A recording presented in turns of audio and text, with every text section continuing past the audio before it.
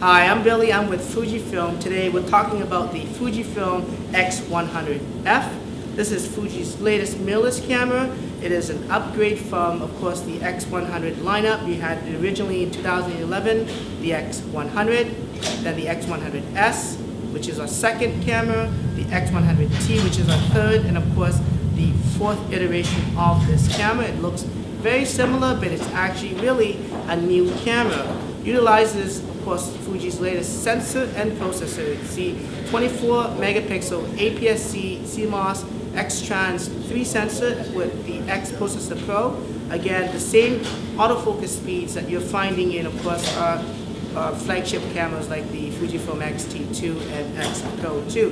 That's one of the major upgrades, of course, so you'll see the speed performance is right off the bat very, very fast with a continuous focus shooting, of course, about 8 frames per second.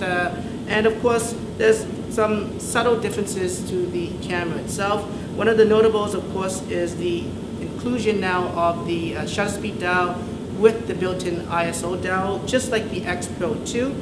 In addition to that, of course, you also have the controls of the ISO through the command dial via the menu system. Now, the camera still utilizes the Fujinon 23mm f2.0 lens. In 35mm equivalency, that's about a 35mm field of view.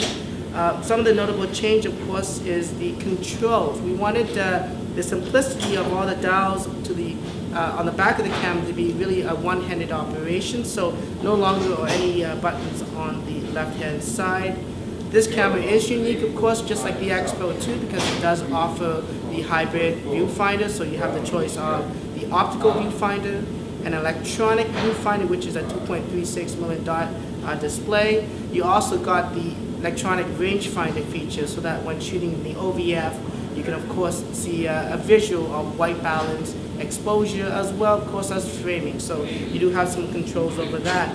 Again, because of the new sensor and processor, in order to provide for the fast speeds through the X Processor Pro, a new battery system has been implemented. It now uses, just like the other X series camera, you have now the MP126, the MPW126S battery. Video-wise, of course, this camera does offer a very similar quality to that of the X Pro 2. You've got 1080p, of course, 60 frames per second, and of course, different frame rates. In addition to that, you got your 1/3 stop apertures in the front, your shutter speed dial, your exposure comp dial, which is now expanded via the command option on that dial to go plus or minus 5 stops. In addition to that, of course, the manual focus ring is very similar to that of the X70 camera. It now becomes added features like a control ring to control things, of course, like white balance or film simulation. Also, it uses a new feature called the digital teleconverter. So even though it's a 35mm focal length equivalency, you can, of course, crop the images through a 50 and a 70mm by twisting the focus ring that's in front of the camera now. And that's going to, of course, give you the same resolution as the initial 24 megapixel sensor that you get. It's kind of cropped, brought up, sharpened, cleaned, giving you a very clean image. And for those situations where you just really need that close-up.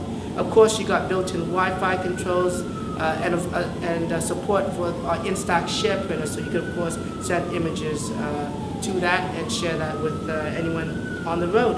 So this camera here will be available for $12.99.